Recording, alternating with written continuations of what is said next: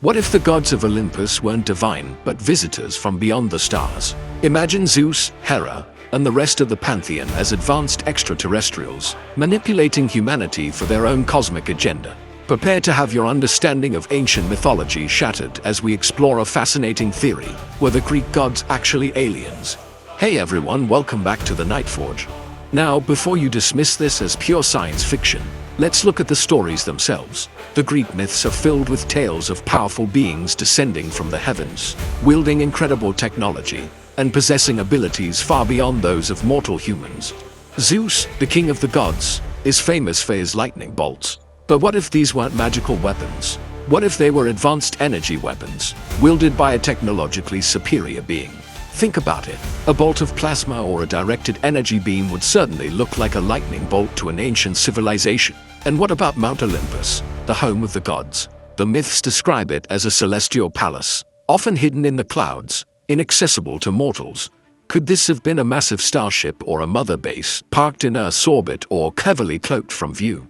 The gods would descend to Earth, interact with humanity, and then return to their home in the heavens. This perfectly aligns with the concept of a base of operations for extraterrestrial visitors observing and occasionally interfering with the developing world. Let's dive deeper into the characters. Apollo, the god of light and knowledge, was often depicted riding a golden chariot across the sky. Is it so far-fetched to imagine this chariot as a small, shiny spacecraft? He was also the god of prophecy, able to see the future. Could this ability be a form of advanced predictive technology, or perhaps even a direct link to a cosmic information network, something akin to a galactic internet? His knowledge seemed boundless, and he dispensed it through oracles like the one at Delphi. This could be seen as a way of slowly feeding information to humanity, guiding its development in a controlled manner. Then we have Hephaestus, the divine blacksmith. He was said to craft incredible devices for the gods, from automated servants made of gold to indestructible armor and weapons. His forge was located within a volcano, a place of immense heat and power. In our modern terms, Hephaestus could be interpreted as the chief engineer of this alien crew. His magical creations might have been sophisticated robots, advanced weaponry, and personal transportation devices. The volcano could have been the power source for his high-tech workshop, a geothermal energy plant far beyond the comprehension of the ancient Greeks. The relationships and conflicts among the gods themselves also take on a new light with this theory.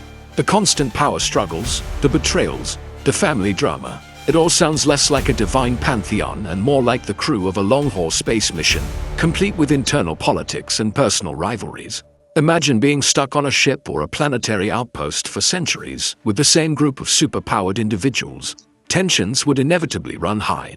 Zeus's many affairs and the resulting jealousy of his wife Hera could be seen as the social dynamics of a confined group, not the whimsical actions of all-powerful deities. Their very human-like false pride, jealousy, anger make them seem less like perfect gods and more like flawed, albeit highly advanced, biological beings.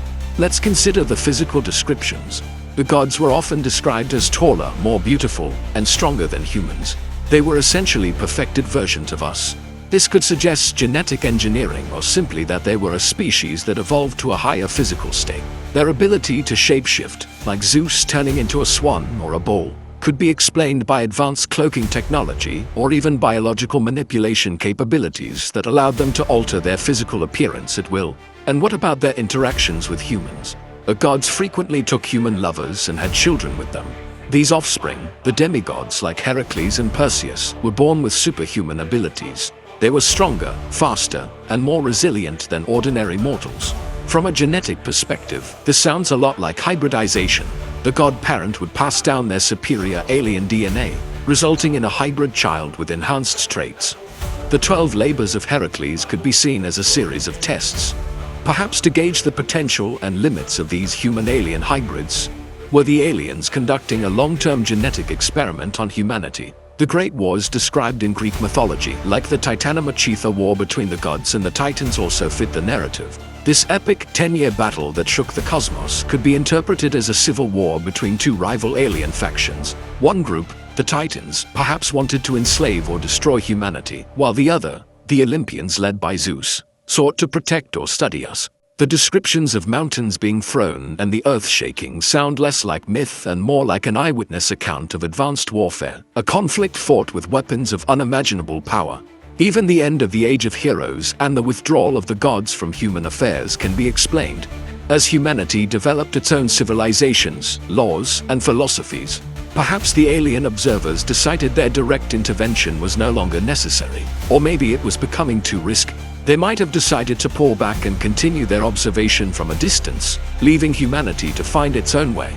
Or perhaps their mission on Earth was complete, and they simply packed up and returned to their home world, leaving behind a legacy of myths and legends as the only proof of their incredible visit. This theory doesn't take away from the beauty or importance of Greek mythology. Instead, it offers a new lens through which to view these timeless stories. It reframes them not just as fanciful tales, but as possible interpretations of extraordinary events witnessed by our ancestors. They used the language and concepts available to them, gods, magic, and monsters, to describe what they couldn't possibly understand: advanced technology, alien biology, and interstellar conflict. The chariot of the sun becomes a spaceship. The lightning of Zeus becomes a laser cannon. The demigods become genetic hybrids. Of course, this is all speculation. There is no concrete archaeological evidence to prove that aliens visited ancient Greece, but the parallels are compelling, and they spark the imagination.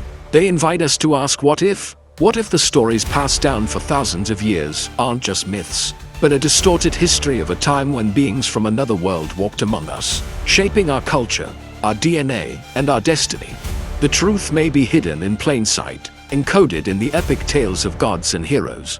The cosmic connection between Olympus and the stars might be more real than we ever imagined. What do you think? Were the Greek gods divine beings, powerful aliens, or simply the powerful creations of human imagination? Let me know your theories in the comments below. Thanks so much for watching, and if you enjoyed this journey into the mysteries of the past, don't forget to like, subscribe, and hit that notification bell for more mind-bending content. See you next time.